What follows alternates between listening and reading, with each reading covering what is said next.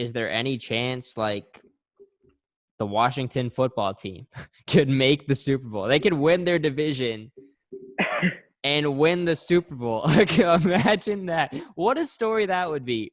A team that did not have a name and they make it to the Super Bowl and they win the Super Bowl against Patrick Mahomes. That would be unbelievable. It would be the stuff they make a movie out of. I'll say that for sure.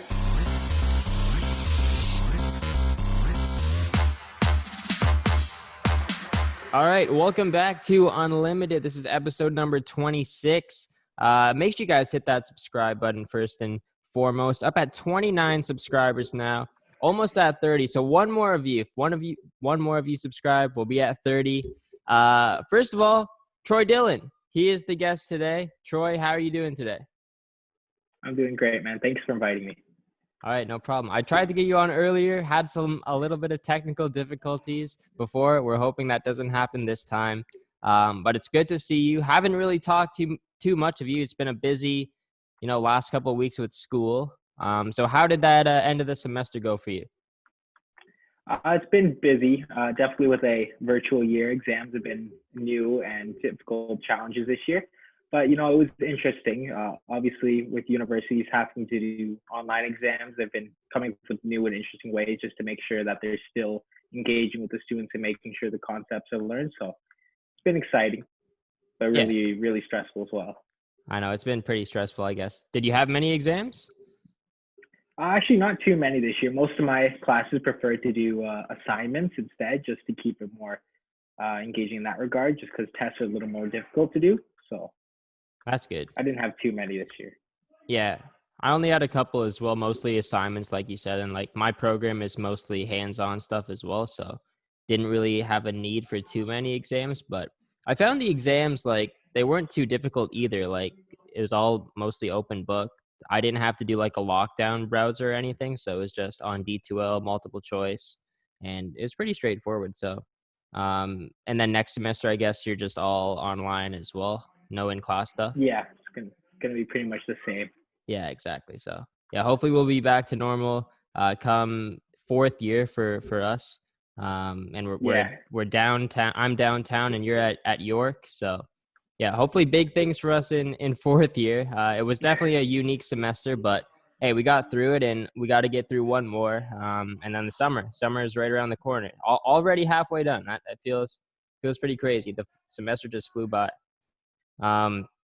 So anyways, we got some topics lined up here. Haven't talked too much sports in the last 2 episodes. By the way, go check out those episodes. I had Jay and Omar on the last 2 episodes. We talked about the U.S. election on the first one, and then we talked about Jake Paul and his knockout against Nate Robinson on the second. Both have over 200 views. Best 2 episodes I've done, so check those out if you haven't already. But anyways, we're going to be talking some NFL, basketball, and a little bit of boxing as well at the end, because there's a crazy fight coming up February 20th. So let's start with NFL first. Troy, I got to bring it up. Your fantasy season, it ended this past weekend. What went wrong? I got to be honest, it was just some unlucky picks. A few key injuries throughout the year. I had Kittle at tight end. He was supposed to be really big pick for this year, but he suffered a pretty bad ACL injury, I think. Yeah. So he was gone for pretty much my entire season. That left a pretty big gap in points. Also, I had Ezekiel Elliott, starting running back. He also had a really rough season as well. Just didn't perform as much as I was expecting. So those are probably key injuries in my lineup. I did get a late pickup at quarterback, Aaron Rodgers. He wasn't expected to do as good as he did, but that really helped significantly for my team. I wasn't expecting to be so competitive at quarterback, but Aaron Rodgers really picked up the second half of the season, so that really helped me out. Yeah. Rodgers was a great pickup. For me, on the other hand, it was Herbert, because who did I have? I had Dak Prescott, and he went down early. Yeah. And then I was just like, oh no, like he was like the best guy in fantasy football. He was like ranked number 1 in our league. And then Herbert went off. I think he finished top 5, top 6. He can put up like almost 40 points every week now, so that's good.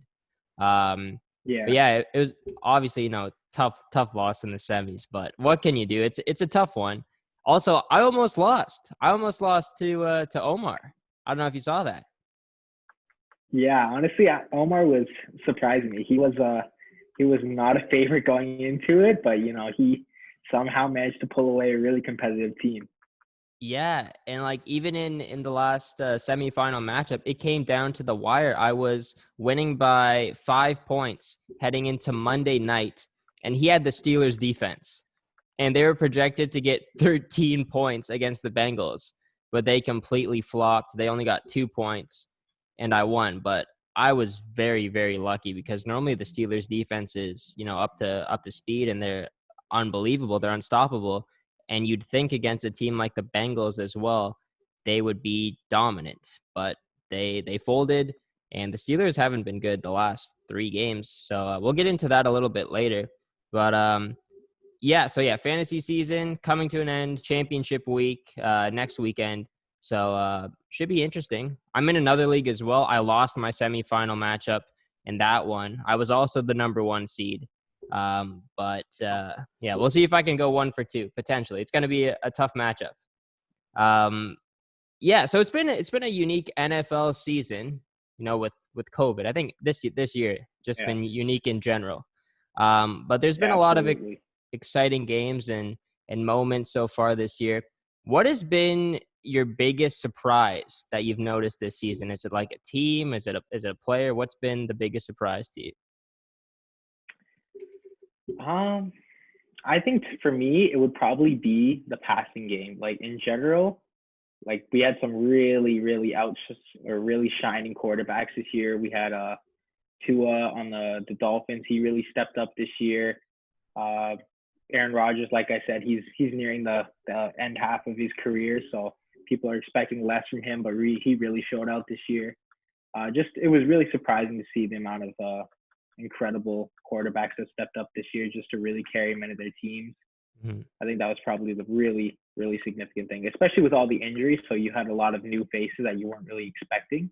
Yeah. So that was something that really changed the game and obviously threw off a lot of fantasy teams, I guess, as well. Definitely, yeah.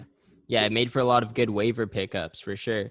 But yeah, just going off of that, like the young quarterbacks, that was kind of the biggest surprise for me. Like you saw even Jalen Hurts the past couple of weeks on the Eagles taking over for Carson Wentz and just going off and winning a game for the Eagles and then making it close this past weekend against the Cardinals as well.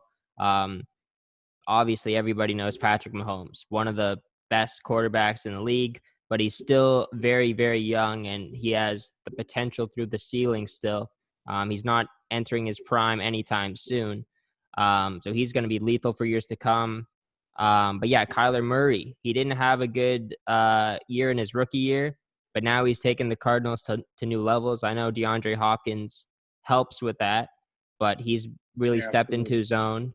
Um, What's been your biggest letdown, you would say? Biggest letdown, I gotta be honest. For me specifically, I was really banking on Ezekiel Elliott to have a really big year. I Yeah. think the Cowboys in general just had a bit of a huge letdown to the whole team, losing Dalton early and just having an unproductive run game as well. It was a rough season for them as a whole. Yeah, I was going to say that the Cowboys have just been a really big letdown. Like, I mean, there's some bright spots on the Cowboys, like CD Lamb. Everybody thought, well, we thought he was going to be good. Like, he was a great young talent, coming out of the draft. But I don't think we expected him to be this good right out of the gate. But he's arguably the number 1 wide receiver competing with Amari Cooper on the Cowboys. I would say this year he's been pretty good. Um, Yeah, absolutely. yes, and like I guess like as a Lions fan, I want to say the Lions they've been a letdown. In my eyes, they've been a big letdown. I thought they would have done better. Um, but having Matt Patricia as your head coach for most of the year doesn't help with that. He wasn't a good coach.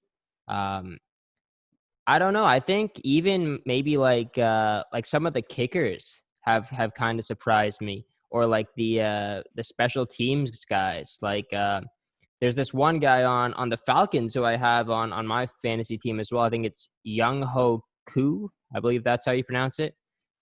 He's been insane every single week in fantasy. At least he can put over 10 points like every single week. And he was just a nobody. I think they signed him just this year. This is his first year in the NFL. So he's been great. The Blankenship guy on the Colts has been good. So yeah, some of these young kickers, they're coming into the league and just being dominant right away. The Lions, they have a Pro Bowl punter as well, who nobody really knew about until this year. So yeah. And heading into this week now, it's week 16. So this is where, playoff matchups are kind of getting put in stone. Teams are getting eliminated. Teams are making the playoffs. So we're going to do a match-by-match breakdown here. I got all the matchups lined up, starting from the first game to the last game. And there's a lot of playoff implications. So we'll start off with the first one, Troy. And I don't know if this is going to be rapid fire or not, but we'll see. We'll see how much analysis we'll do. We might get into some debates about some of these too. The first matchup is on Friday night, Christmas Day. It's the Saints and the Vikings. Who are you taking?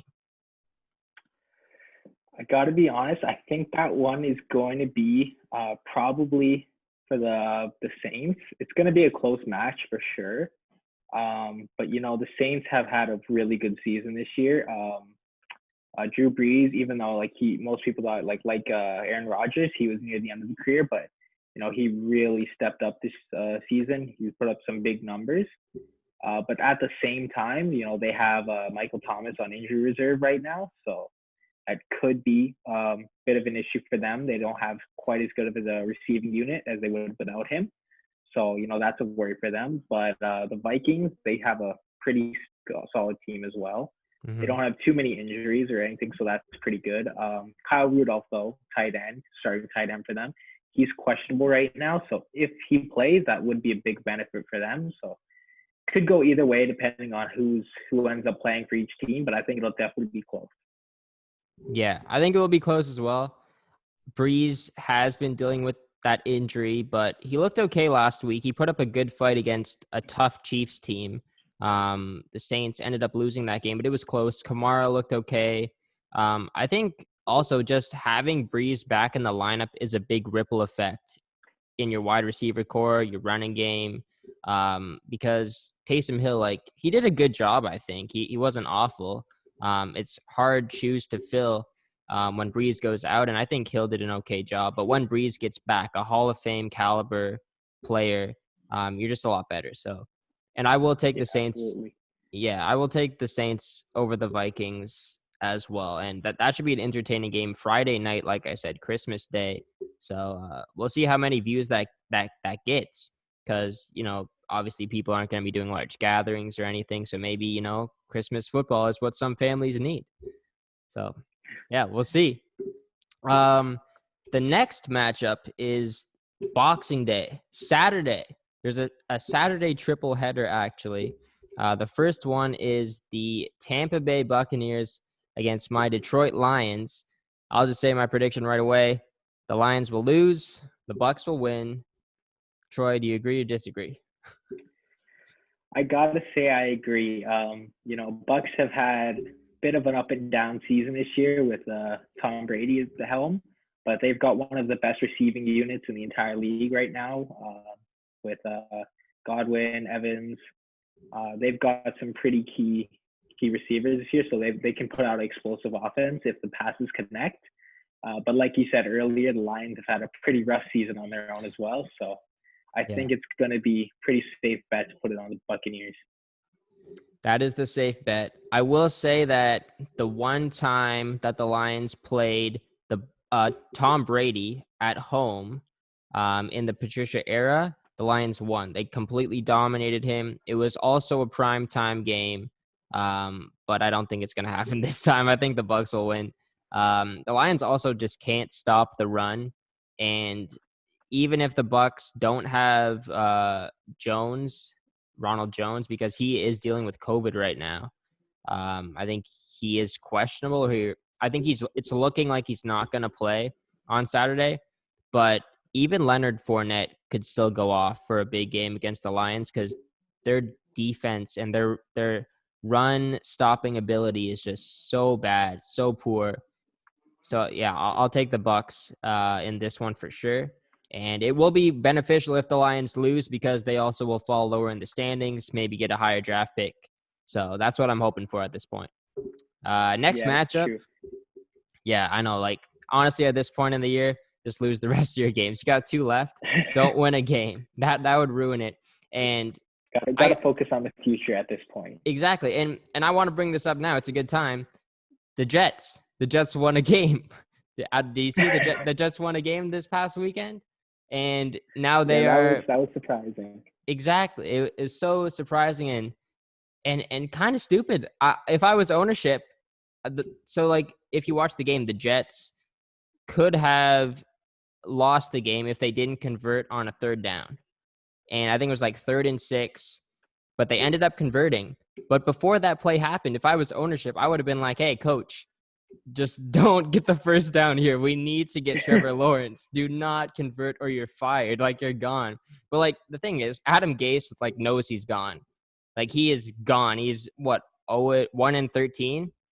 Lost 12 games in a row, or lost 13 games in a row. He is gone next year. There's no way he's coming back. So he doesn't care about Trevor Lawrence. He doesn't care about the future. He just wants to get a win. Same with Sam Darnold, probably. Like, Darnold's not going to be back if they get Trevor Lawrence. So they were just playing to win, and it's going to bite them because I don't know how the tie-breaking stuff works, but right now they're tied with the Jags for last place. So I don't know if the Jets will have to win another game to pass them or the Jags. I don't know how it's going to work. I'm not sure who holds the tiebreak right now, but that would be devastating if they don't finish in last. So if you were a GM or an owner of the league, would you or of the Jets, would you have said something to them at that point of the game?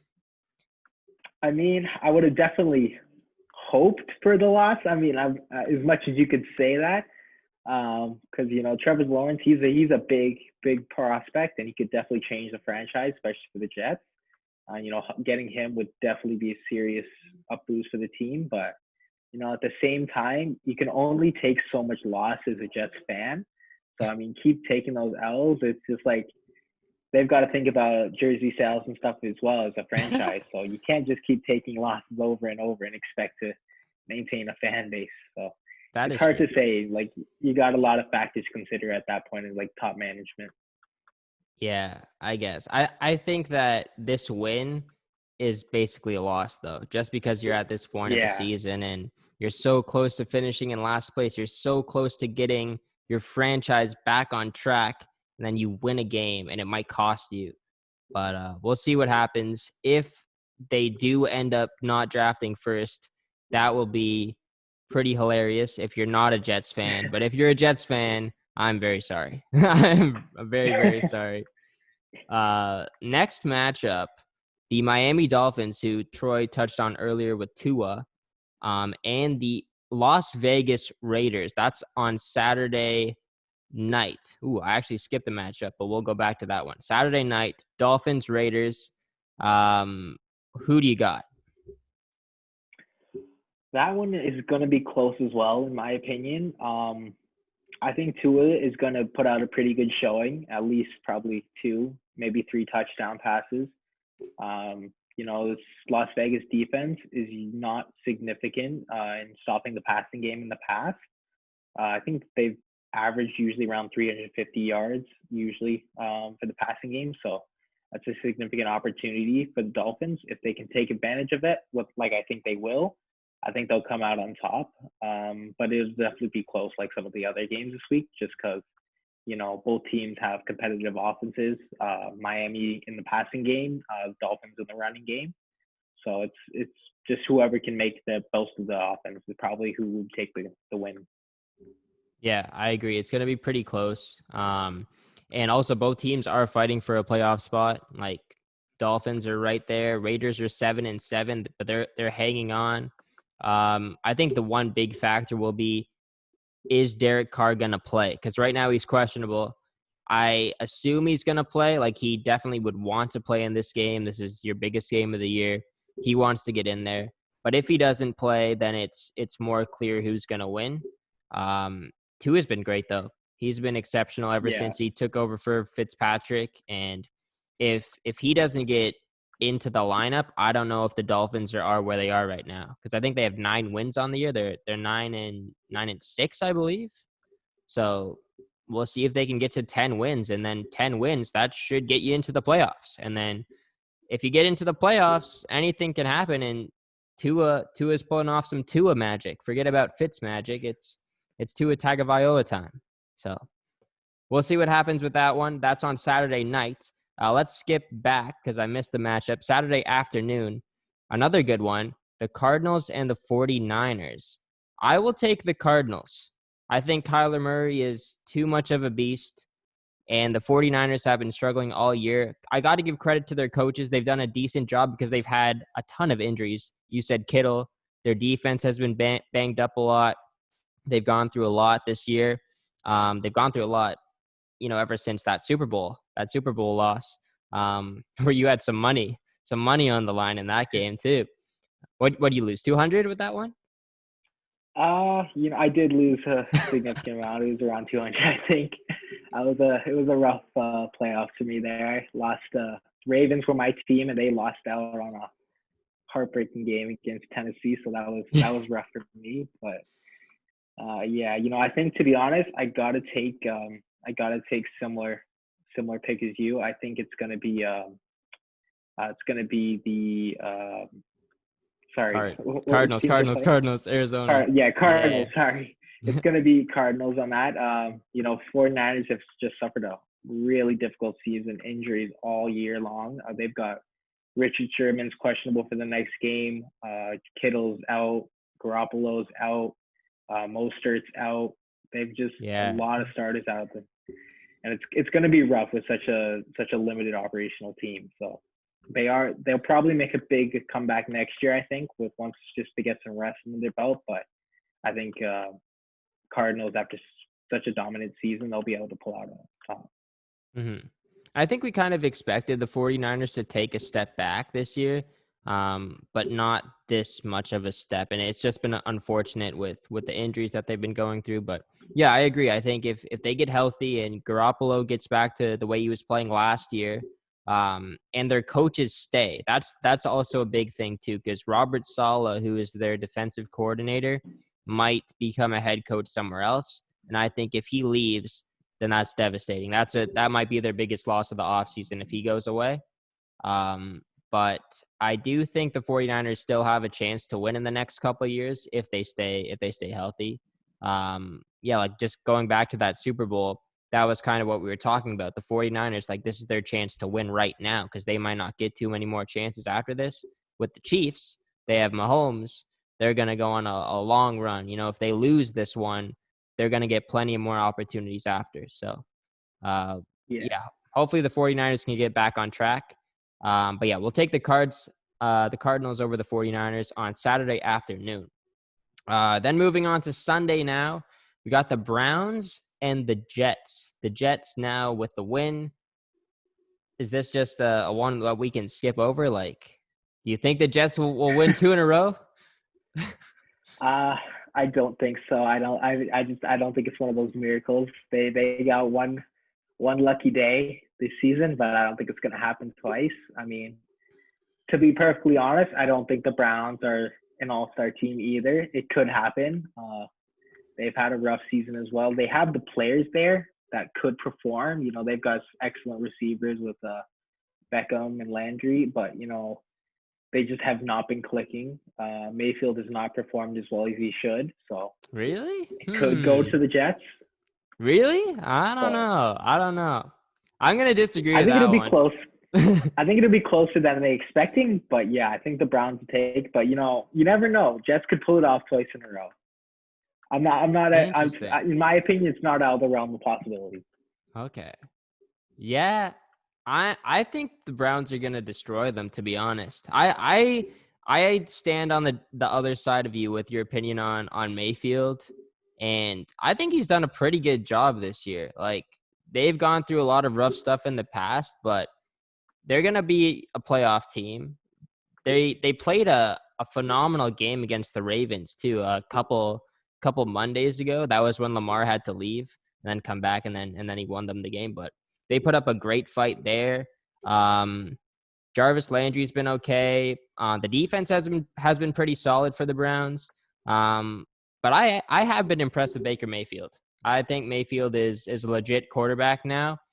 And yeah, I think the Browns will make it to the playoffs. And if they do, like maybe they even make it to an AFC championship game, dare I say. You probably don't agree with that, but I could maybe see it. I don't, but it's not impossible. I gotta be honest. I'm probably a little biased. I had Mayfield last year at quarterback for fantasy, and he significantly underperformed last year. So I guess I'm a little biased in that regard. But it is possible. They do have some key players on the team that could end up performing really well. So I won't say it's completely out of the realm possibility, but I will say, in my opinion, it's not in their favor. Yeah, I think the Browns this year have surprised a lot of people. Everybody thought they would be, lower in the pack, but I think they're 9. They have 9 wins as well, 9 or 10 wins. So yeah, should be interesting to see what happens. Next matchup, we have the Baltimore Ravens against the New York Giants. And I think this is also one that we could maybe skip over. Do you think the Giants will win, or do you think the Ravens will win? I think it's going to be Ravens by a clear margin. Lamar he's performed excellently again. In my opinion, he's a top 3 quarterback. Giants have not been performing great this year on the other end of the spectrum, so I think it'll be a fairly blowout game. Yeah, I agree with that. I think the Ravens will be good. Their offense looks sick. Defense is good. Giants have been struggling. Daniel Jones hasn't really lived up to what we thought he was going to be. And like the Ravens are clearly the better team. I got the Ravens as well. Next matchup. Yeah, especially with Oh, sorry. Yeah, no, go for it. I was just going to say, especially with injuries plaguing the Giants again, they've lost Barkley again for most of the season. Just like, it's been a really rough season actually for running backs in general. A lot of the top players have just been out for a long time now. Yeah. I wonder why that is. There's got to be some formula to it. Just I guess just they get targeted among the most out of probably every player on the team. They get the most amount of damage. Yeah, they carry the ball usually every other play, at least a little bit, and they're targeted by everybody. So makes sense. Yeah, it's unfortunate to see, but that's the way football goes, I guess. Barkley you mentioned, and then I think there's some other guys that have been banged up on that team for a while now too. So it's been a rough year in general for New York football teams, and they play in the same stadium as well. So maybe there's something in the stadium that's causing them to lose as well, or maybe they're just bad, and that's probably it. Yeah, they're gonna need to have a good draft. Trevor Lawrence would be amazing for the Jets, and the Giants. If you're the Giants, do you keep Daniel Jones? Do you think he's the quarterback of the future, or do you look at drafting someone else? That's a very tough decision. I think he could be an option in the next couple of years.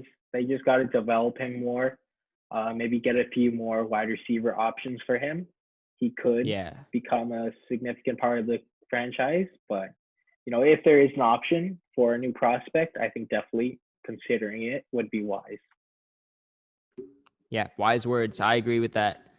Next matchup, Houston Texans, Cincinnati Bengals. The Bengals pulled off the upset just last night against the Steelers, and the Texans, they've been struggling as well. Only 4 years on the season, but DeAndre Hopkins, losing him doesn't help your team at all. Deshaun Watson's had a pretty good year, I would say, but he just hasn't had the help around him. He has Brandon Cooks, but that's not enough.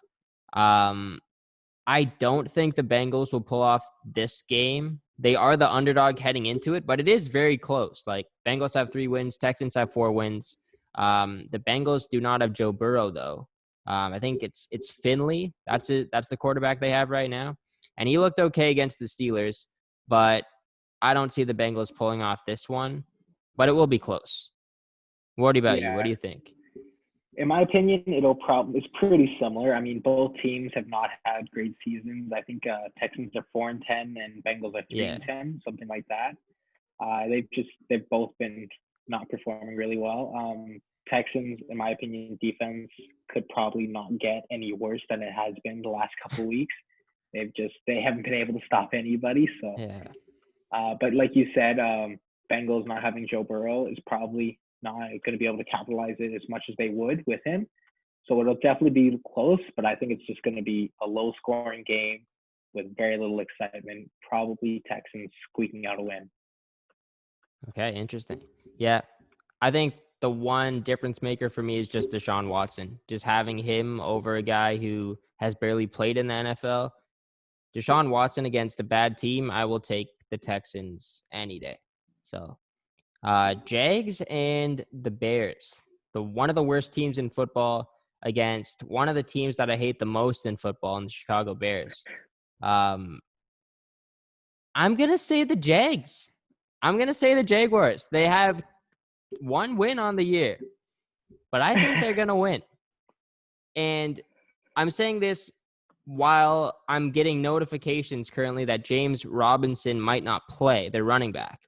So if he doesn't play, then there's a very low chance they win the game because he's one of their most explosive players, and he's their clear starting running back. So if he doesn't play, it's going to be hard to run the ball against the Chicago Bears defensive line with Khalil Mack. But I'm going to take the Jags. I don't like the Bears. The Bears are too overrated. Mitch Trubisky is an awful quarterback. And even though the Bears have won 2 games in a row, they've done it against the Vikings, who haven't been good. They've only won 6 games this year. And the Texans, who've only won 4 games this year. So even though they're hot by winning 2 games in a row, they're not. I think the Jags will win. I know you'll probably disagree, but let me hear it, Troy. Yeah, I got to be honest. I got to disagree with that. I don't think I'm quite as hard on Trubisky.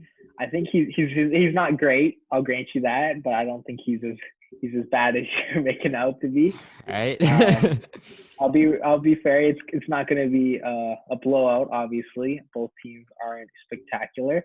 But I think in the back of their minds, the Jaguars are going to keep in mind that they have an opportunity here with Trevor Lawrence, and maybe they won't pull off the same mistake as the Jets and just maintain that little bit of edge they have to get him. So yeah. I don't think the Jaguars are going to pull it off. Maybe consciously they don't want to pull it off, but yeah, we'll see. I think it's going to go to the Bears. Yeah, and no, I was thinking about that Trevor Lawrence thing too, but then I was like, Minshew's not going to be back next year if they get Trevor Lawrence. He's going to want to win, and the coach is not going to be back next year either. So I think it's going to be similar to how the Jets beat the Rams last week. It's like, we don't care about Lawrence. We don't care about the future. We want to get a win because we don't want to be 0-16. And unfortunately, I think the last team to go 0-16 was the Detroit Lions. I forget how long ago that was, but yeah, 0-16. I think they might actually have a win. I think the Jaguars actually have one win. No, they do. Oh, yeah, you're right. My bad. Yeah. They do don't have to worry about going 0-16, but yeah, I think it is a possibility. They could be just not caring enough about the future and just want a little bit of glory to end the season off with. That is a possibility. I'll grant you that. But who knows? Yeah, I think the Bears will still be able to pull it off. Yeah. I don't know. We'll see. I gotta have an upset in here somewhere. So I think that might be the upset. Just because I do think the Bears are overrated, but we'll see what happens there. Falcons, Chiefs. That's the next one.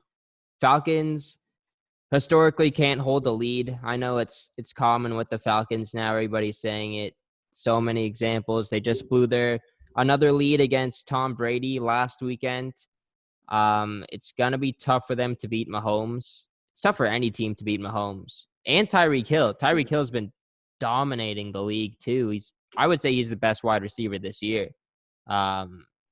So Uh, Chiefs over Falcons. Yeah, I mean, the possibility of an upset. I mean, the Chiefs have had a number of close games, which is a little concerning for them. But still, yeah, like you said, that Mahomes and Hill combo, they've been deadly this year. Last year, Hill had a couple injury problems, which kept them a little sidelined. But this year, he's been good to go on all cylinders, and he's performed really well. So yeah, I think the Chiefs will definitely steamroll them. Yeah, I'll say that as well. Yeah, not really much else to talk about there. The next one is really intriguing. This is a big matchup. Steelers and Colts. Both teams are pretty darn good in terms of records. Right now, though, Steelers have lost 3 games in a row. They are falling apart. And have you heard about this whole Juju Smith-Schuster TikTok dancing on the logo thing? Do you think that has anything to do with the impact of the game? I mean, it might have made the defense tackle him a little harder on those plays, but I don't think it's. I mean, yeah, we saw the example. We saw the example on Monday. He got demolished. He got hit a couple times pretty hard, so yeah, that could have been a little warning next time not to do that. But I think it was just in general they had a rough game. I don't know what the outcome is going to be of this one. I think it's going to be pretty close. These two, I think, are 6th and 7th on the standings, so they are going to have a really competitive game. It could be relatively significant on playoff standings as well. So this is going to be one of the most interesting and probably most important games, in my opinion, of the week. Colts have had some defensive issues this year. Juju and Roethlisberger can connect on that. They could open up a significant lead there, but I can't commit either way. I don't know how this game is going to go. Definitely want to be watching. All right, I know it's a toss-up. It's a very close matchup. I'll take the Steelers, and that's a risky pick. They haven't been good, but I do think that if they want to get back on track, they're going to need a big statement win, and to beat a team that is very similar in the standings to you is a massive heads up to the league that, hey, our slump is over. This whole Juju dancing on the logo thing is done. We are here, and I think that the Steelers will win this game, and I think it could set up a nice little run for them heading into the playoffs as well, because I do think that they're still legit. And I know a lot of people don't think that because they were the most overrated, undefeated team in NFL history. According to most people, they had the easiest schedule, weeks 1 to 13, weeks 1 to 12. That's why they didn't lose the game. And everybody jumped on the hype train. But now when they start playing better teams, they lose. But I think that they're legit. I think they're a good team. Ben Roethlisberger is still a good quarterback. He's a veteran. He knows what he's doing out there. Juju Smith-Schuster, I think, needs to do better. But also Deontay Johnson, Chase Claypool have to step up. The Steelers' defense is one of the best in the league. There's no question there. So if their defense keeps doing what they're doing and their offense gets on track, then I think they can beat the Colts. I think they could beat the Ravens, the Browns, and the Chiefs will be hard to beat. I think that's where you run into a wall, but I think the Steelers are legit. I think they're good. Yeah, that's true. Especially going into playoff season, a win like this would be really important for them. They have a couple questionable injuries going into the game. Tight end Eric Ebron, if he doesn't play, that could be an issue for them. Especially they'll have to rely on, like you said, Juju. He needs to step up, but if they can pull it off, I think it'll definitely be a good morale booster for them. Exactly. Yeah. Yeah, and they need it. They're in desperate need of the win. So yeah. Well, the next one is the Washington football team against the Carolina Panthers. This is also a close one, I would say. Both teams are hunting for the playoffs. They're close in the standings. It's pretty similar, to be honest. Like, Panthers have Teddy Bridgewater, who in my opinion is better than Alex Smith. But the Washington defense is really good. The Panthers have a good offense. They have a decent defense as well. I don't know. It's a toss-up. Yeah, that's true. I gotta be honest. I think it'll be pretty close. There's a couple factors that could affect it. Some people are saying McCaffrey might even be able to play Week 16 if he gets in there. That could be a game changer right there. He's, in my opinion, top 2-3 running back in the league. You know, obviously he has been out for nearly the entire season, so that could be a little rust on the body there. But still, I think he could definitely be a game changer. So if he's there, I think Panthers significant chance to win. If he's not there, I think it'd be closer, but I think the Panthers still can pull it off. Yeah, that's a good point about McCaffrey. I didn't think he would be playing. Like, do you play McCaffrey now? Like, do you think that the Panthers are making the right decision by playing your star running back at this point of the season where your playoff chances are pretty slim, I would say? I'll look at the standings, but I think like at best they could finish in a wild card spot. Let me pull. True. I think it is a little bit risky just because you're risking his health. Let me look at where are the Panthers in the standings here. Panthers. I think they're 4th and 10. Oh, they are like done. They are done. The Panthers are way done. I don't see a reason why you would play McCaffrey. That's true. You know, it could just be publicity, to be honest, just to get him in the game again. Maybe you make a statement just ending the season off. But, you know, you also have to think about the draft coming up. Getting a better position could take priority. So, yeah, you're right. I mean, it doesn't make too much sense for them just to risk throwing him back out there for really no benefit. So, yeah. We'll see, I guess. We'll see if they end up playing him. Yeah, I guess you just have to make sure that he's fully 100% ready to go because remember, he came back a couple of weeks ago and then he got re-injured again. So they have to make sure that doesn't happen again because like the worst thing would be for him to play in this week 16 and then get another injury or like the same injury just keeps lingering on. And then he has to like do a full recovery process over the off season. And then he might not be ready for the start of next season. Like they wouldn't want any of that. But yeah, hopefully the Panthers, especially for such a young guy, he could definitely be a key player for the franchise for years to come. And exactly, you know, it damages his future for really a season that's already down the drain just doesn't make a lot of sense. 100%. Yep. We got 4 more matchups here. Seahawks and Rams. This is a good matchup. Both teams are very good. Rams coming off that loss to the Jets. Seahawks coming off a win that clinched them a playoff spot. Cam Akers might be out for the Rams in this one, and that could be a big factor. I will take the Seahawks over the Rams just because I think Russell Wilson is a lot better than Goff. And both of the teams I think the Rams are 9-7 right now, or 9-6. They've basically clinched. The Seahawks have clinched. So it's kind of like a nothing game. Like both the teams know that they're in the playoffs. The Rams, I don't believe they can catch. Oh, you know what? The Rams might be able to catch the Seahawks in that NFC division. And if they do, yeah, you know what? The Rams have 9 wins. The Seahawks have 10 wins. This is a big game. This is a huge game. If the Rams win, then they could tie the Seahawks and maybe move past them. So I don't know. Who do you think is going to win?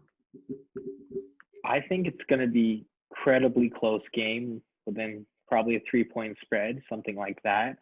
But like you said, I think Seahawks are going to be able to pull it off. It's going to be close. I mean, both have pretty good quarterbacks and offenses in general. Rams have a really solid defense as well. So it'll probably be a really close game for sure. But yeah, I think Seahawks are going to take it. Yeah, I think this is also just a big statement game for the Rams. Like you come off that awful loss, you want to bounce back against a good team, similar to what the Steelers are dealing with this upcoming week. But yeah, I'll say the Seahawks as well. I think the Seahawks are too good. They've come a long way. they want to lock up that division. They know someone's right there behind them, and they just want to close it off in this week. They don't want anything to happen week 17, because week 17, maybe they don't want to be playing their starters. Maybe they want to be resting them, knowing that they already won their division. And if they lose this game, then you can't do that. You got to play Wilson for sure the whole game. So yeah, we'll see what happens with that one. That's a very good game. That should be a primetime game. I don't think it is though. It might be like a 4:25 start, but that'll be a good one. The next one, the Philadelphia Eagles and the Dallas Cowboys, division rivals. Jalen Hurts has stepped in 2 weeks ago. He's 1-1 as an NFL quarterback. I think it's going to be very close. You know, both teams have underperformed this year. You mentioned off the top of the show, the Dallas Cowboys have been one of your biggest letdowns. Do you think that they're going to let Cowboy Nation down this week, or do you think they're going to pull off the win against the Eagles? I got to be honest, I don't think they're going to be able to pull it off. Their lineup has been decimated by injuries. They've struggled all season. You know, they don't have a strong offense at all. Everything has just been brutal for them this year. I mean, I think both teams it's gonna be pretty close, but you know, I just don't think they can pull it off. I think it's gonna be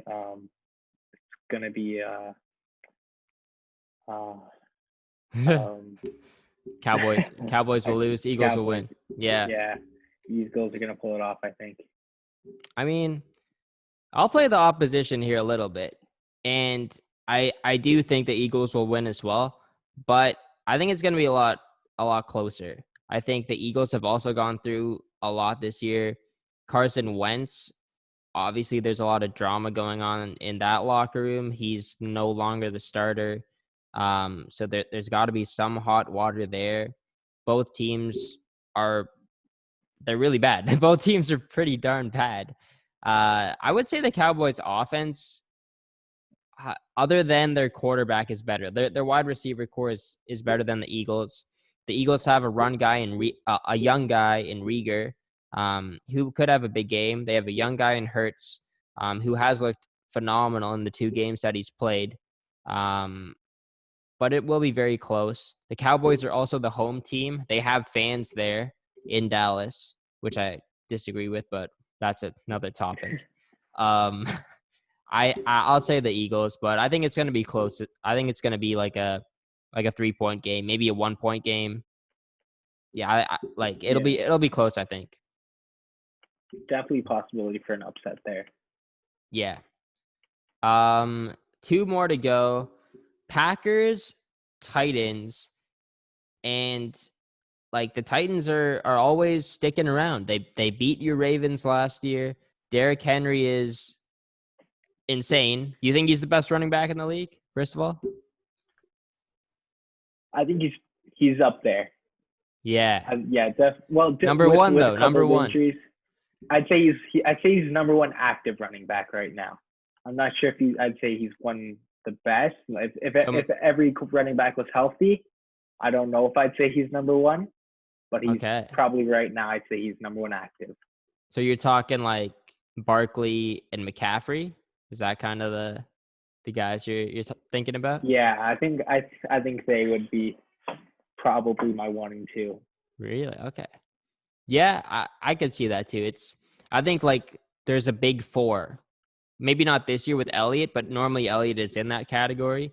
But McCaffrey, Barkley, Henry.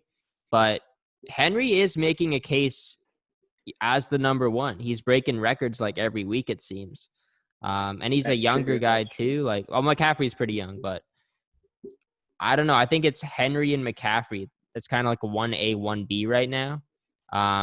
It's difficult to count out Barkley, but we haven't seen much of him this year. I'm sure he would have been great.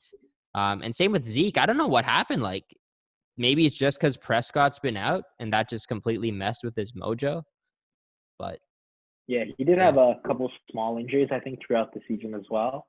That probably impacted performance, but really I think he was out last week as well, and their backup running back went off. Pollard is his name? I think he did miss last week. Yeah, he did. So It was a last minute decision I think they made. Probably because the season wasn't looking out the way they wanted. They probably didn't want to risk it. I guess so, maybe. Yeah. So who's gonna win this matchup? It's hard to go against Aaron Rodgers, but it's also hard to go against Henry with the way he's been running the ball. But Yeah. yeah. What do you think? You You go want to take first. it first? Oh, okay, I can go first. I'll say if I take the Titans, that they're the underdogs. The Packers are the favorites in this one. Yeah. But I'll take the Packers. I'll take the Packers because I believe that they can limit Derrick Henry. They're not going to fully shut him down, but I think they can limit him. And the thing with the Packers is that they also have a stud running back on their side in Aaron Jones, and he could have a big game. Devontae Adams is healthy. Rodgers is healthy. Yeah, I'll take the Packers. I gotta agree with that. I think both teams have phenomenal offenses. Like you said, Aaron Rodgers with Devontae Harris at wide receiver on the Packers. Devontae Adams. Sorry, Adams. Yeah. Devontae Adams at a wide receiver. They've been a phenomenal combo. But like you said, Derrick Henry's been absolutely incredible on Titans as well. But at the same time, the Titans defense has not looked good this year at all. So it's, in my opinion, it's going to be an extremely high scoring game. But I think Packers are going to pull ahead by a little bit. Yep, I can see that happening as well. Yeah, so Packers in that one. Final matchup now. This is a big one if you're a Bills fan. Bills-Patriots. Everybody thought the Patriots would still be in contention at this point in the year, but they got eliminated from the playoffs last week. Edelman was crushed. I'm sure Belichick is not used to this at all. It's their first time not making the playoffs since 2008. But if you're a Buffalo Bills fan, you got to be really excited. This team looks pretty good. Josh Allen is carrying you guys. Run game is good. Stephon Diggs at wide receiver is having a great year, even though he's questionable for this upcoming week. Let's hope he's okay. And their defense is good. Their defense has always been good. So Bills, Patriots, I'm taking the Bills. Yeah, I got to agree. Bills have had an incredible year. They've not been the top team in the last couple of years, but, they really, really pulled out an amazing season this year. Won the AFC East. So that was impressive. I think it's going to be blowout, to be honest with you. Patriots have lost a lot of their core, so they've struggled all year, and I think the Bills are just going to steamroll them. They've got all the confidence they need, whereas the Patriots have got none of it. Yeah. They no morale. They've no playoffs this year, and it's going to be a pity game for them. How good do you think the Bills are? Do you think they could potentially make it to the Super Bowl this year? I think if they get lucky matchups, I think they definitely could. They've got a strong team, like you said, in all aspects. Really, no significant weaknesses. They're a dangerous team come playoffs, and I think they could make it to the Super Bowl. So I want a prediction, Super Bowl prediction from Troy Dillon. Is it the Bills? Is it the Chiefs? Is it the Steelers? And then what happens in the NFC as well? We got some good teams, the Bucks, the Saints, Seahawks. I got to be missing some other ones in there. I think one of the teams you definitely got in that Super Bowl is the Chiefs. I mean, they've just last couple of years they have been a dominant team in all aspects. Mahomes has just taken them to new heights. So I think you gotta count them as one of the Super Bowl teams without being disrespectful. Who they face, that is the question. There is a couple opportunities they could go up against. I do not know. Yeah, I know. I was thinking about it. I was asked this question on my Big League podcast that I did on last Wednesday, and it took me a while. Chiefs was an easy one. I said Chiefs as well, but this one's tough. I'll go first, and I'll stick with what I said in the last episode. The Tampa Bay Buccaneers. It's tough to count out Tom Brady when it comes to this point in the year. And I just think that story of Mahomes versus Brady would be legendary. The legend, the GOAT in Brady against the young, upcoming superstar in Patrick Mahomes. And you got the red on the red matchup again for the second year in a row. I think it'll be the Bucs. It's tough to count out the Saints as well and the Seahawks. The Seahawks got off to a really hot start this year, but they've cooled off a little bit. I don't think they're as good as what they were. And yeah, Brady and Gronk. I don't know who's gonna win though. That's the thing. That's the big thing. Who wins the Super Bowl? But what's your prediction first? I gotta be honest. I don't think it's gonna be the Bucs. I mean, Okay, all right. Brady's like it. got the experience. He's definitely been successful in postseason, but he's just not had a great season with his. He's just not connected, in my opinion. With he's got an amazing receiving unit, but he's just not been able to form a connection with them. He's not been great. Okay, yeah. I think it's been like a building. Couple good moments for them. Yeah, It's been up and down. I won't say he's had bad. That's unfair to him. But it's been hot and cold. If he does get hot for the season, which I mean he definitely could. He's done it in the past. They could definitely go all the way. But my money is on the Saints. They have been consistently good all year.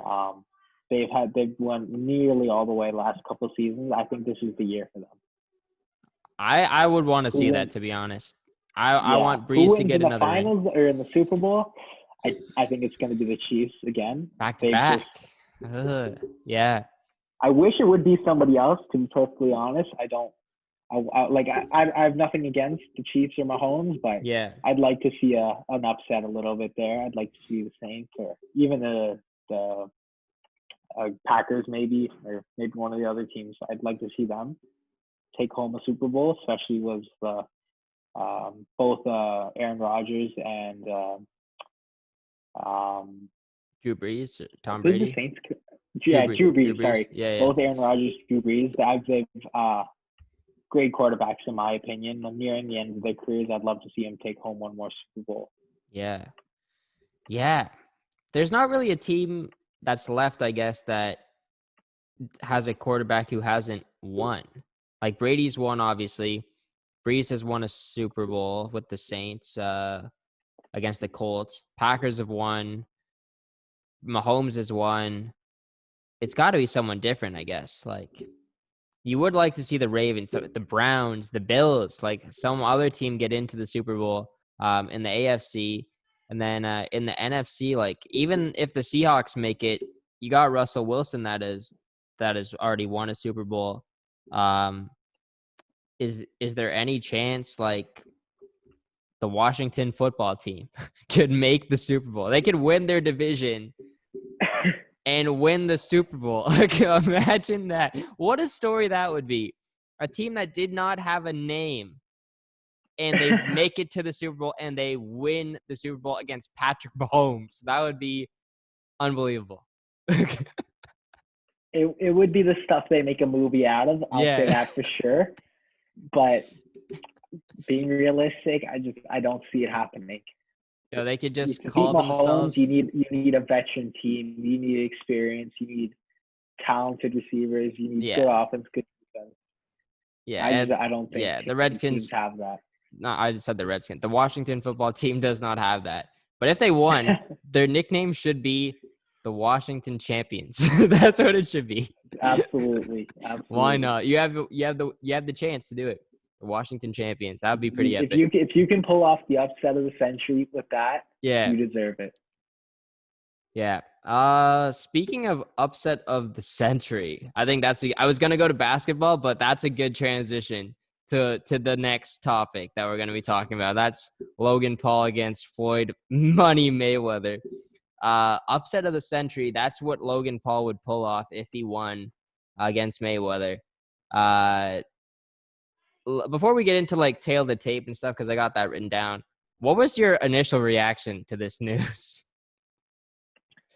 I gotta be honest, it was absolute shock. Yeah. Like I did not think that a world existed where Mayweather would agree to take part in something like this. Like he's already done things that are probably considered outside the realm of like what's considered normal for boxing, taking on McGregor, and the UFC. Like that was already considered relatively unorthodox by most people in the business. But you know he did it and he won. But it was shocking. I did not expect him at least to do it. Maybe somebody else, somebody who's still in the game trying to make a name for themselves, I could see them doing it. But I didn't see a need for Mayweather to do it. Like he's retired, 50-0. He's one of the greats, absolutely. Like it's confirmed. Yeah. I don't really see a need for him because if he loses, that's nobody's gonna remember 50-0. Nobody's Yeah. gonna remember his amazing fights. They're gonna remember Floyd Money Mayweather being beaten by a YouTube star. That's gonna be all anybody ever remembers about him. So I'm surprised he would agree to it. I don't think he will lose. I'm calling it right now. I think he's gonna destroy him. But actually, no, I won't say destroy him. I think it'll be closer than people expect. Yeah. But I agree with that. I don't see the incentive for him. Like he's Floyd Money Mayweather. He doesn't need money. That's what we don't think he does, but yeah. that's true. He could have spent it all. Still. And like, yeah, he'd get a big paycheck from this fight. And Logan Paul, like, I don't think he's gonna be making nearly as much as what Mayweather is making this. This is a privilege for Logan Paul to be fighting Mayweather. Yeah. Like he said on his podcast, Logan said on his podcast that he would do it for free. If he had the option to fight Floyd, like he doesn't want any money. If I have the opportunity to knock this guy out and break his record, even though it won't count towards his record, just to say that he knocked him out or beat him, that's what Logan would want. So, yeah, my reaction was pretty similar, I guess. I have been listening a bit to Logan's podcast, and he brought it up several times, like hinting at it. Like, and he said like publicly before the fight was announced that they've been in talks and it was a possibility, and they've kind of been like poking at it a little bit. But when I saw it on Mayweather's Instagram, it was a little bit shocking still, because I just didn't think he was actually going to be able to pull this off. And it's a super exhibition, whatever that means. I don't know what that entails. I'm not sure how heavy the gloves are going to be. I think it's 6 rounds, but I don't know if that's confirmed yet. I believe Logan said 6 rounds. And Logan would want 6 rounds. If it goes longer, the longer it goes, the Mayweather has the better chance at winning, because he trains like 15 rounds when he spars people. Like he does the 15 rounds in training camp. So he is well rested. He could go 12 rounds. Logan, on the other hand, has only had 2 fights, and they've both been 6 rounds. And he's also the bigger guy. He would tire out quicker. So 6 rounds is reasonable, I would say. Where do I want to go from here? What do you expect will happen? Like break it down. Round 1. What do you think is going to happen, like, as soon as the bell rings? I think it's going to be, for the first round, I think it's just going to be a lot of theatrics. That's what I'm expecting. Like, Floyd is probably not going to go and pound him right away, because obviously they want to make a spectacle out of it. Because that's what, at the end of the day, that's what this is. This isn't a real pay-per-view tough match. This is a celebrity boxing match. That's what all this is. Yeah. So for the first couple rounds, I think it'll be relatively light. I don't think there's going to be too much action, but probably by late second, maybe third or fourth round, I think that's when to use the expression, the gloves will come off. I think that's when Floyd's going to kick it up a notch, and there'll probably be a knockout. That's my opinion. I mean, like you said, Floyd, he trains every day, still retired or not. He's still in top physical shape. He can go toe to toe with most probably active boxers anytime right now. Well, Logan Paul, this is pretty much just a part-time thing for him. Like he he spends not even probably half the time in the gym that Floyd does. This is just an exposure thing for him. But at the same time, you know, a lot of people are saying it's going to be a blowout. I don't think that's what's going to be the case. I mean, like you said, Logan is bigger. He's a number of inches taller. He's got 6 some inches weight taller. on Yeah. Floyd. 50 Yeah, pounds 6 inches. heavier. Yeah, that's a significant difference. He's got the arm, the wingspan. Mm-hmm. So he's got the reach on him. So those are benefits, obviously. Like, it could be closer than what people are expecting. End of the day, I mean, Floyd's a professional. He's an amateur, so I don't think it's going to be an upset. But, you know, you never know. That's what I'm saying. Anything can happen in boxing. And, I mean, like, Logan's just betting on that, like, one punch knockout. If he connects, then anything can happen. And, like, Mayweather is very good defensively. He is the best defensive boxer of all time. And he's very evasive, but I think there's been a couple times where he's been shook. Shane Mosley is one of the ones that sticks out for me. I think he was hit twice, and he looked a bit shaky after that. And Shane Mosley is in his weight class. He is around 150, 160, while Logan Paul is 210 pounds. His punch is going to be a lot heavier. So if he does connect, I don't think Mayweather has been hit with a punch that hard in his life. Like, maybe in sparring, I would hope they're bringing in bigger guys for him to box against right now. But I think if Logan connects it, Mayweather's not going to know what hit him. It's going to be the hardest punch he's ever felt in his life. Round one, I'll say that, and like, people are saying that it's going to be similar to like the McGregor fight. Mayweather's just going to act defensive for the first rounds and then just wait till Logan gets tired and then beat him up. Logan Paul is not Conor McGregor. I think Mayweather's going to go straight at Logan Paul. I think he's going to try and knock him out very early.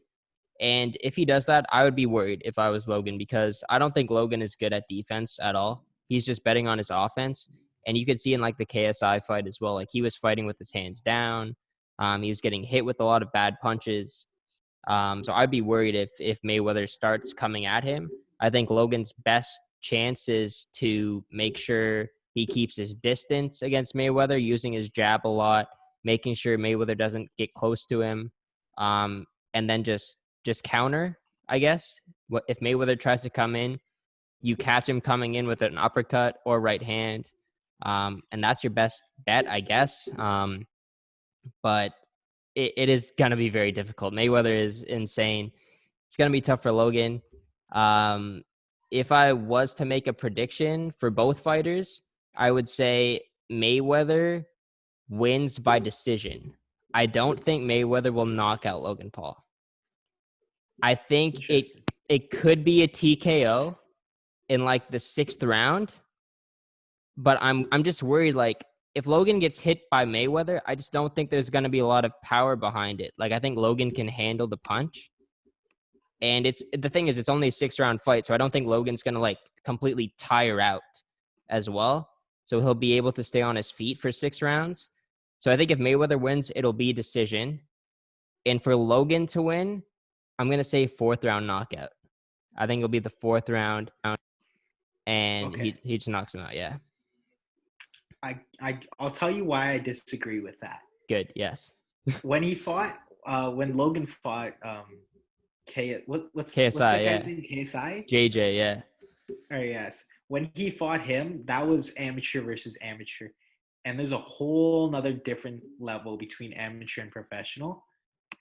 Mayweather may not have the size, the weight, but he still has a significant amount of power. Being at a professional level, I don't think it's going to be a comparison between the fight with KSI than it would be compared to Logan and Mayweather. It's different levels. So I think he still has the power to fight at a much, I don't think Logan has ever fought a professional before, and it's going to be a shock for him. Yeah, no, I think it will as well. Yeah. Yeah. Yeah. Yeah, and I mean, I don't want to underestimate Floyd Mayweather at all. Like, Yeah, it's tough. I still just don't see Logan getting knocked out. Like I said, maybe a TKO. I don't think Mayweather's going to send him to the canvas, though. But I could see a point in the fight where the ref waves it off. And yes, I agree. Logan Paul has not fought a professional boxer, but this is the best professional boxer as well, the best of all time. Exactly. So it's going to be a big shock to him. But he does seem to be taking it seriously. I don't think it's going to be like a celebrity like show like that. Logan is going into this fight to try and to knock him out. He knows he has this opportunity.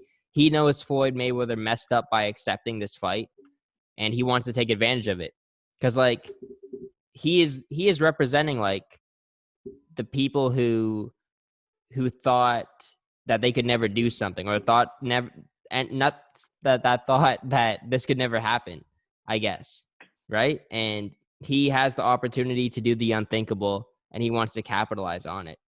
So I don't know. I think at the same time, I think Jake Paul. There's a couple stories that Jake Paul is doing, trying to get a similar fight. I was gonna bring that up. He's been rating a couple current boxers' press conferences and stuff. He's trying to get in their face, trying to get a similar opportunity for himself. And in general, I think this type of thing is good for boxing as a whole. A lot of people are saying like it's just for money. It's disgracing the sport, like a professional just pounding on a rookie or something like that. But I gotta be honest, I don't think that this is an issue. Like boxing as a whole is not as popular as it was in the past. It's like the younger fans are taking to it as much as the older generation did. But like famous celebrities or stuff like your people popular with the younger generation coming into the sport, that's gonna breathe new life into the sport as general, and that's a great thing. Yeah, I agree with that for sure. And yeah, just more eyes, the better. And just the younger eyes as well is key. And, this all started with just a small YouTube fight, and then it's now turned into one of the biggest events of all time with Logan against Floyd. So yeah, February 20th, it's going to be insane. I'm going to be watching. I might even try and do like a live stream like on this channel, potentially. That would be pretty cool. So if you're down, and if I do that, I'll definitely get you on live reaction. That'd be pretty cool. I don't really want to talk about Jake. You kind of brought it up. Yeah, he's called out McGregor. He's called out Dylan Dennis. He's not really respecting the sport as much as Logan is, because I do think Logan is humble. He knows that he is really privileged to be fighting Floyd. Absolutely. And it's not a joke to him as if it is to Jake.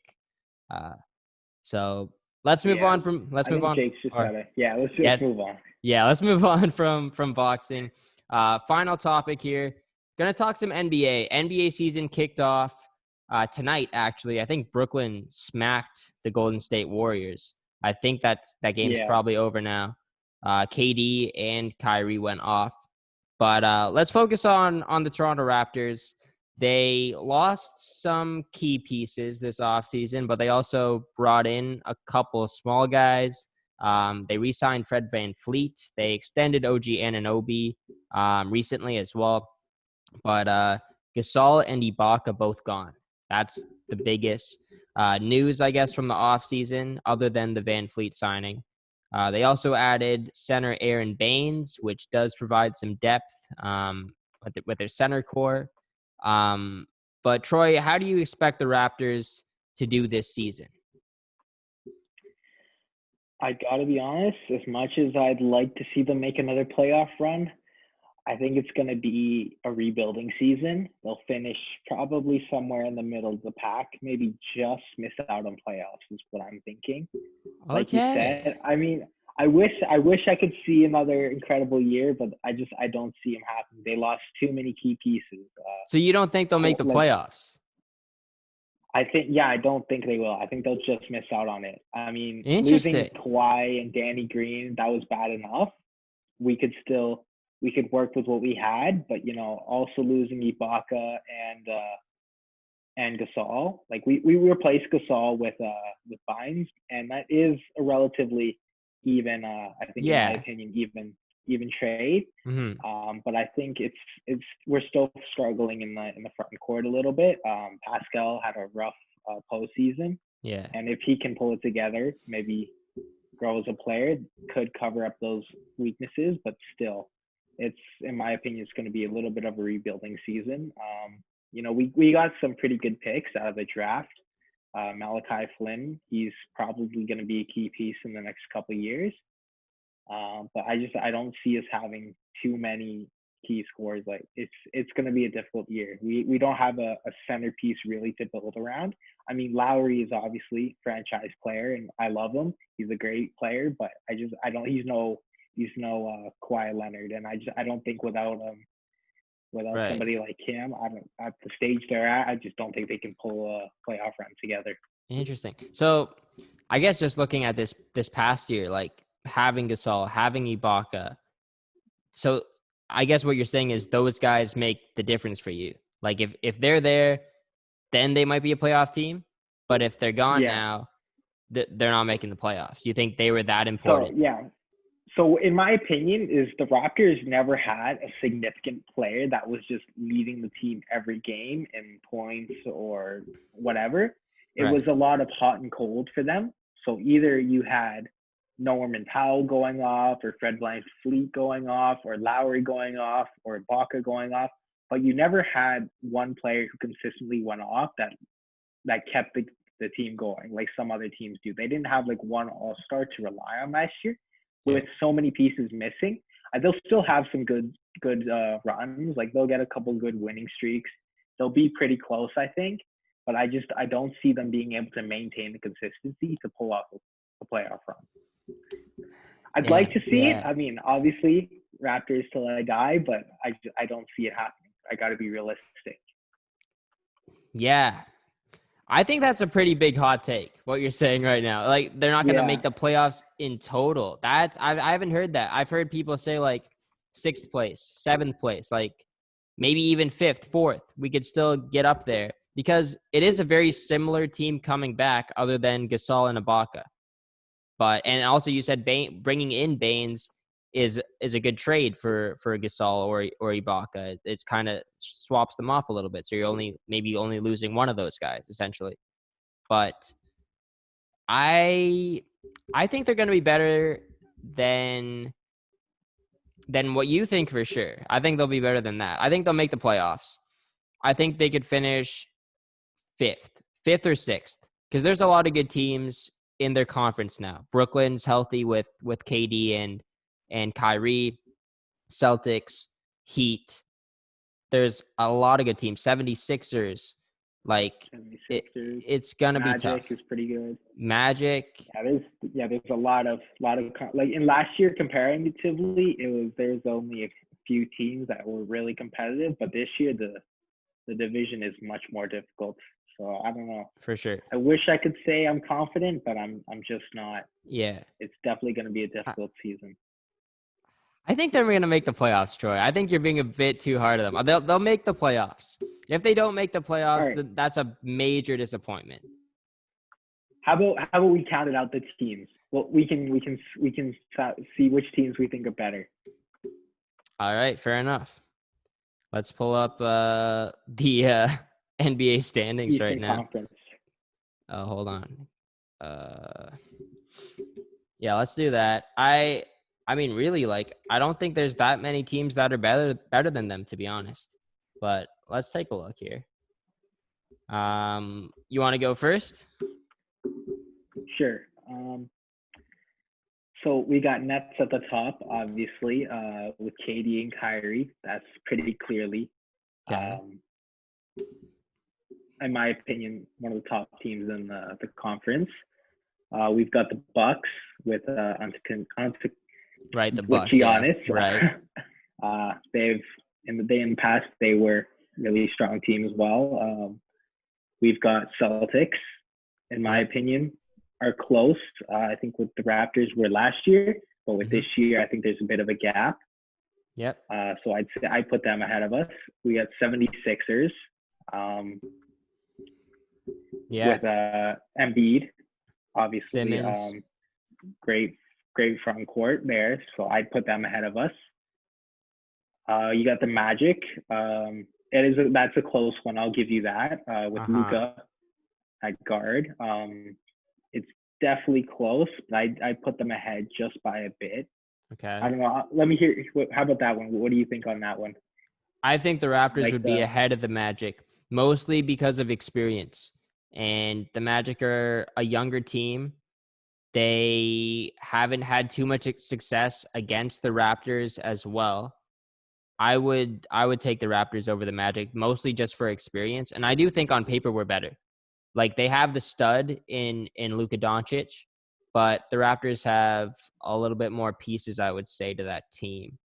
But the Magic are up and coming. I do think it's close, but I would put the Magic below us. But then the Atlanta Hawks, which you haven't mentioned yet, Trae Young, I think they're going to be pretty darn good as well. Did you mention the Heat yet? Did you mention the? Haven't got to them. You haven't gone. Okay. So what are we at? We're at the Nets, the Bucks, 76ers, Celtics, and Bucks. So that's 4. Okay, and then you got Magic 5. All right. We'll put maybe. Okay. Then we've got, like you said, the Heat. They're a pretty good team this year. Who else? We got the Hawks. Pacers. The Pacers. I'm not sure about. They've got Oladipo, which is pretty strong, and Lamb. So again, that one is probably similar to the Magic. It's a relatively close, and who would come out on top on those ones? Mm-hmm. Atlanta Hawks. Atlanta, you think? Yeah. Okay, so, 7. All right. So that's already. So we need one more team to pass them. You know what? Looking down at it, I think there's a couple of teams that it could be close with, but you're right. We could come close. Yeah. Well, I'll say this. Maybe missing the playoffs was a bit premature, but I'll say to make playoffs, it'll be extremely competitive. That's what I'll say. You caused me to reconsider. I'll revise. Okay. Yeah, I do like, even just going over the standings now. You've also kind of changed my opinion. I do think we could be a bit lower in the standings. I didn't realize that the Hawks. Like, I think the Hawks will be pretty good. I think like the Hawks, the Magic, and the Raptors will be pretty close this year, and that could flip-flop. The Raptors could finish ahead in that 3, or they could finish at the bottom in that 3. But exactly. I don't see a world where they don't make the playoffs. That would be I don't know what would happen if they missed out on the playoffs. Like, Masai Ujiri might be gone. Like, and they might not. They will offer him a contract, but he might dip. Lowry will probably be gone next year. Giannis is no longer a free agent, which we'll get into. Actually, we can get into that now.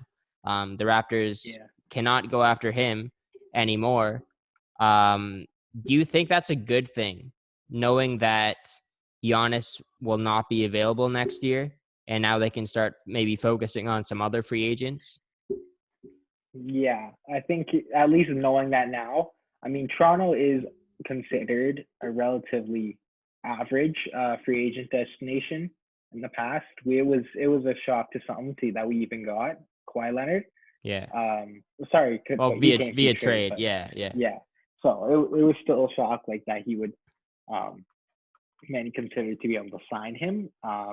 So to be able to at least know ahead of time that Giannis is off the table, it at least gives us better long-term plan on where we can go from here, who we want to look to, who else is coming up on free agency. So it gives us more opportunities, obviously, to just plan out how we're going to go about it.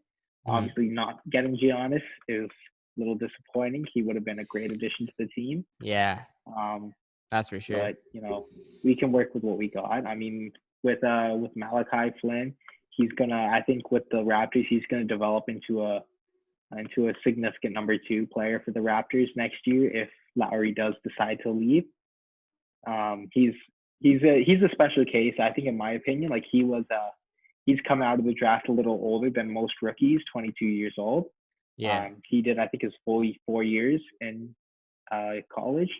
So that does give him a little bit of a better head on his shoulders. He's got more experience coming. He's a third option for the Raptors at guard. So he doesn't have as much pressure, I guess you could say, as some others. So I think he's going to develop into a great guard, just like Van Fleet, especially under the Raptors coaching staff. Oh, yeah. So I think it could open up a couple more possibilities come next year. Yeah. I think we just need to look for a couple options in the front corner, is my opinion. Yeah. I think the one factor that we haven't really even talked about is just Nick Nurse. Like, it doesn't really matter the guys that we lost, because we brought in guys that Nick Nurse will do a great job of developing and bringing into their scheme. Like, he's the best coach in the NBA. Like, you can make the argument that there's some other guys, and obviously we're biased because we're from Toronto, but did he win Coach of the Year? I forget. I think he did, right? I'm pretty sure he did. Yeah, exactly. He won Coach of the Year. So we can say that. Nick Nurse is the best coach in the NBA, and he can develop a game plan against any team. Like, I know in that Kawhi year, like, we had Kawhi, obviously. We had a good defensive team, but he was able to come up with a game plan to beat the Warriors. And, yeah, you can say that, hey, we didn't have Klay Thompson. Klay Thompson wasn't healthy, you know. Durant wasn't healthy. We were missing some guys, but, like, we still won. Nick Nurse is a big part of that. And as long as we have Nick Nurse, then I still think that we can be competitive.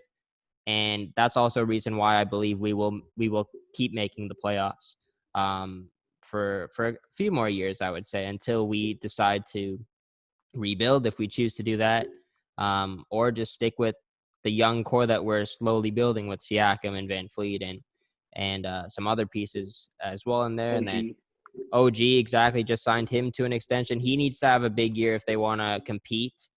Any other thoughts on the Raptors here before we sign off? I'd say they've got a young team with a lot of potential.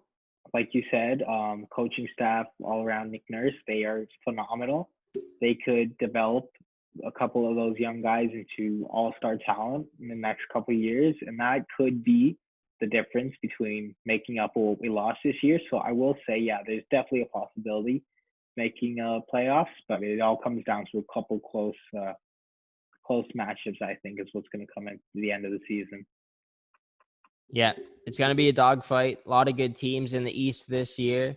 Raptors also not playing at home. We'll see if that factors in at all. But yeah, it's gonna be a dogfight. It's gonna be tough, but let's hope for the best. And honestly, I'm just glad that some sports are finally back. There's been football going on for a while, but NBA kicked off tonight. NHL is right around the corner. They got confirmed. January 13th is the expected date. I don't know if that's going to hold up, but we'll see. We'll get into that on another episode. Troy, thank you very much for coming on the show, taking some time out of your evening. I know it's getting late, so I really appreciate it. Yeah, thanks for coming on, man. Really appreciate it. It was fantastic being here. Thanks so much for having me. All right, no problem. And we'll get you on again for sure.